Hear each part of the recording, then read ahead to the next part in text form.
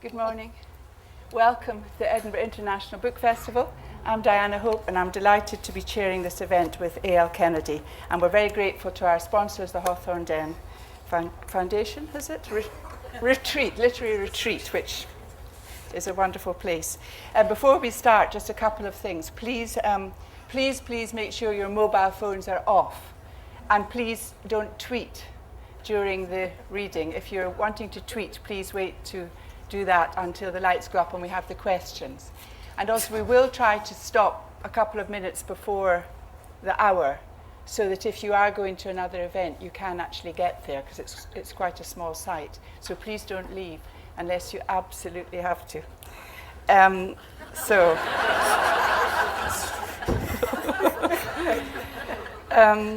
Well, this morning we're in for an absolute treat, as ever, with A.L. Kennedy. She's actually reading from her new novel, which is a work in progress.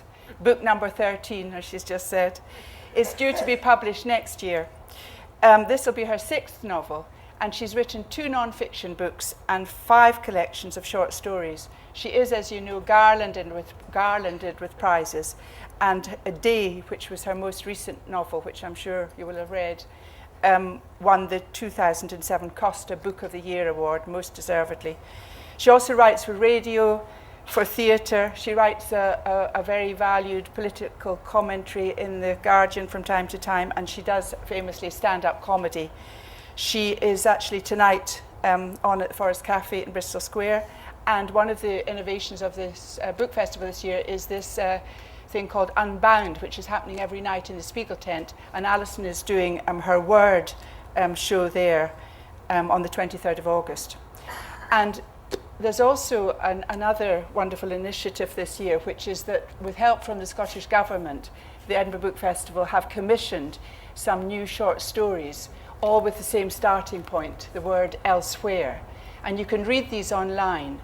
And Alison has contributed the most profoundly beautiful story. It's like a masterclass of who she is and what she does, just so much better than anyone else. I mean, 1 word extra, 1 word less, it would just alter it. It's perfect in tone and profundity. So please read her story online. We may not have time to talk about that today, but there will be time for you to ask questions from the floor. And these stories will hopefully be published later, perhaps in book form, but do go online and read them. I think there are about 50 of them. Anyway, just was going to ask you how it affects a novel in progress when you read from it, because you have done this before, much to our pleasure. You read from Day. Yeah, I usually read from, as those of you who have suffered through the decades now. It's helpful. Obviously not if it's in a horrible. Hopefully it's not in a horrible shape, but not when it's, a mess. But it's useful to hear it out loud and see if it's understandable. Although it's a different experience, obviously, so you can't rely on it completely. But it's helpful. I've always done it. I've done it since I didn't really have anything to read out, or I was reading out unpublished work because nothing was published. But does it ever make you change things? Are there? Oh yeah, there are things that don't. You'll know if there's something you physically can't say, and it's not just you flubbing. It is the back of your head saying, "I'm not saying that. It's ugly and horrible, and I don't want it in my mouth. Rewrite it, please." So hopefully there aren't that many of those, but there's things like that, and there are just. It gets you away from the text rather than just staring at it, and anything that makes it different is helpful.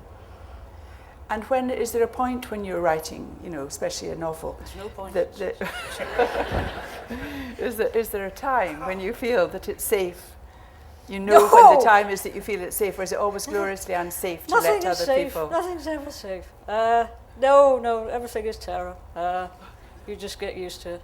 But do you have people that you show your work to at certain stages, apart from agents, or? No. You don't? No, I don't, because you can't, even if you're very used to reading things, you can only read something for the first time once. Once you start to know it, or you've seen other versions of it, you can't help but slightly remember things that might help to explain something that isn't there, or whatever. So I don't send things. There's only two people I would send it to, which would be my agent and my editor, and I don't. Right. Other than that, I think the last two books I've sent the first chapter just to say, you know, am I completely unhinged? But nobody at that point is ever going to say, yes, you are, you should give up now.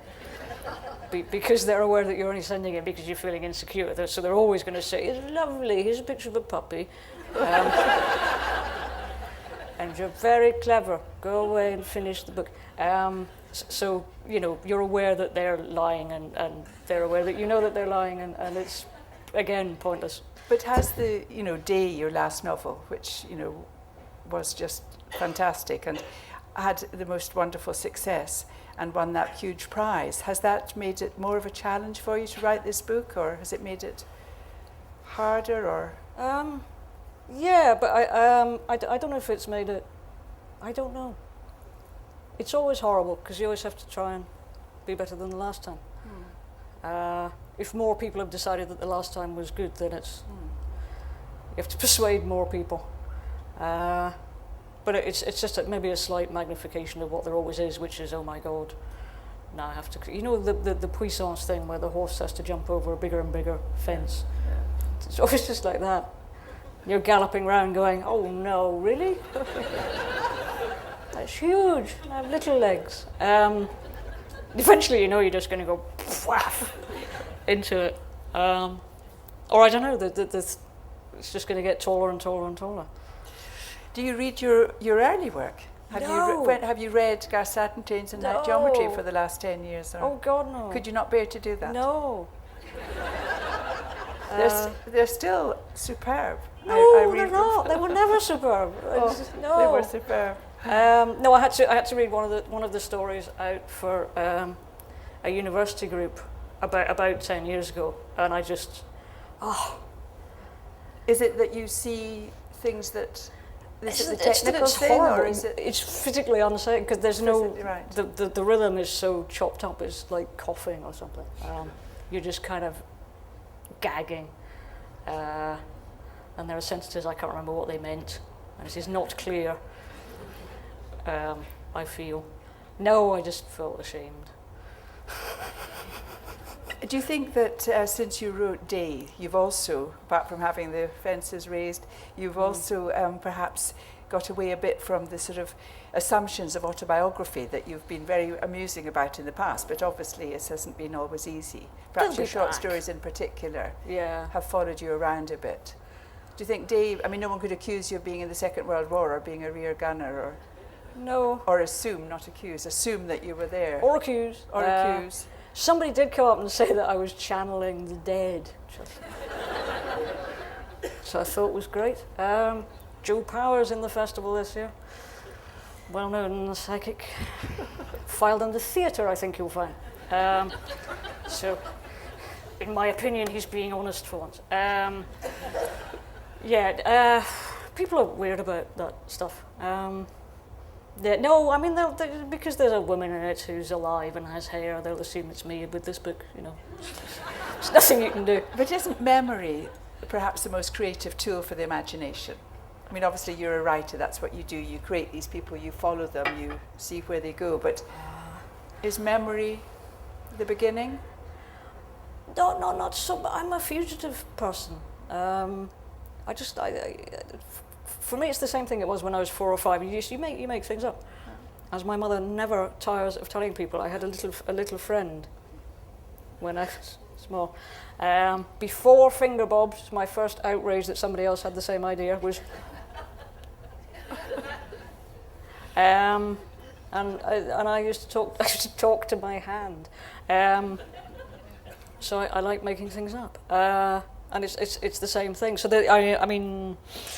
You can only compare a character's experience to your own experience or the experience of other human beings you know, so that human beings that you don't know will find it convincing as a person. So there's that element, and there are things that are useful.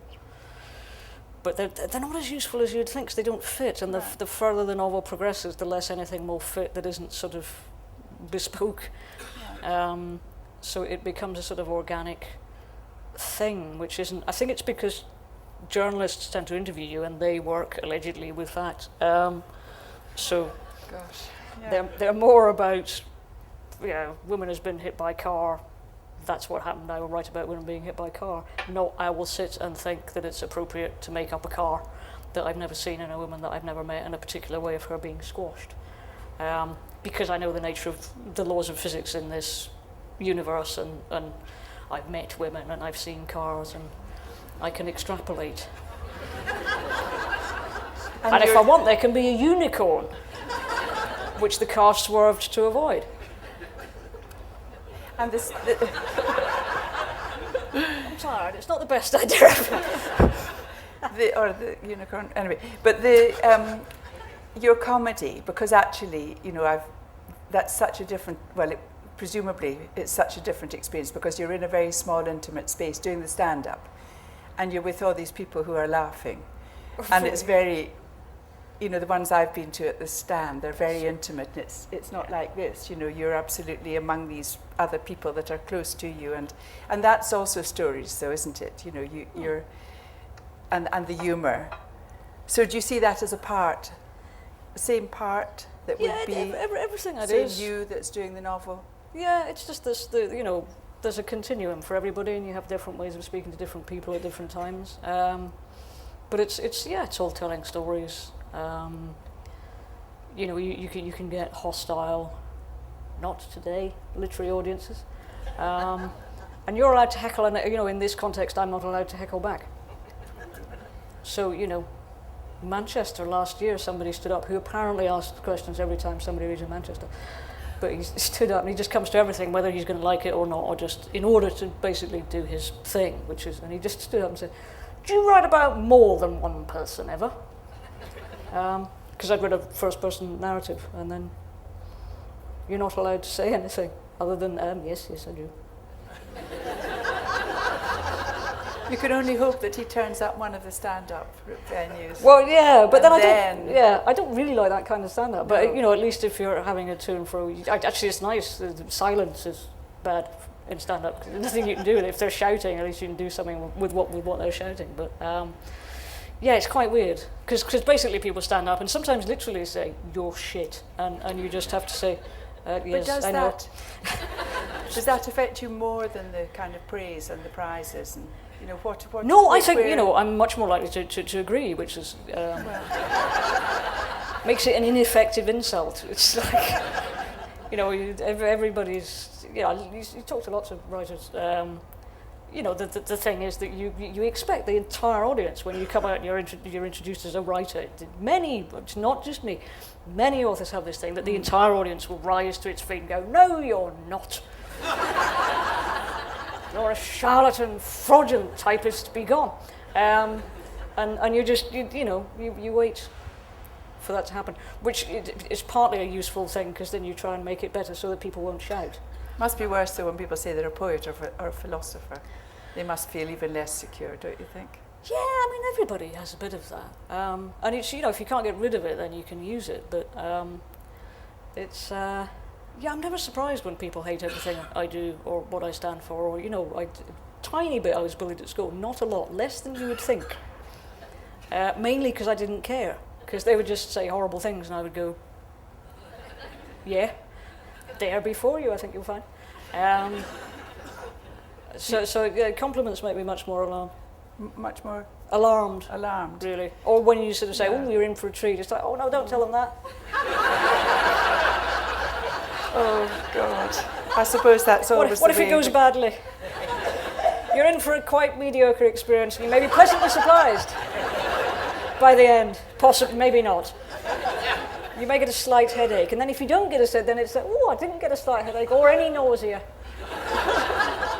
I was unscathed by that experience." And then everybody's happy. You expect the worst, and then you're pleasantly surprised by mediocre experiences. God.